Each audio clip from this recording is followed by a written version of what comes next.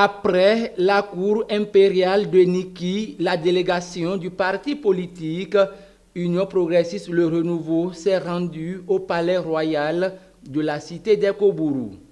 Le roi avait à ses côtés l'imam de la mosquée centrale de Yebouberi et de Yarakéné.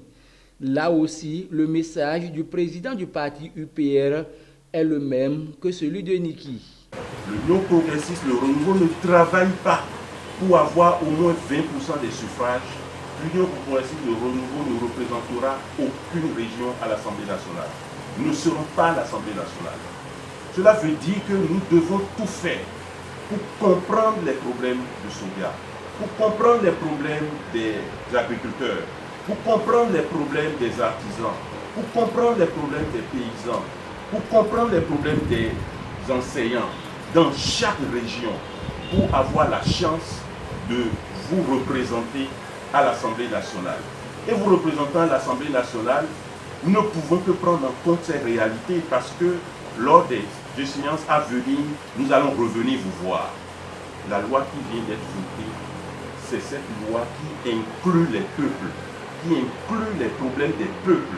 En réponse aux questions des confessions religieuses, le président du parti Union progressiste Le Renouveau apporte des précisions que voici. Nous sommes un parti politique en responsabilité. Nous soutenons l'action du gouvernement. Et tous les problèmes où les problèmes se posent au Bénin sont les problèmes du parti. Et nous allons les transmettre. Il y a des solutions déjà qui sont posées. Je peux vous dire que dans aucun code, dans aucune loi fiscale, dans aucune loi des finances, il n'est dit que les religieux vont payer les impôts. Après le palais royal, la délégation est allée rendre visite également à l'archevêque de Parakou. Le président du parti Union progressiste Le Renouveau prend l'engagement de faire part des problèmes recensés au gouvernement afin que des solutions soient trouvées dans les tout prochains jours.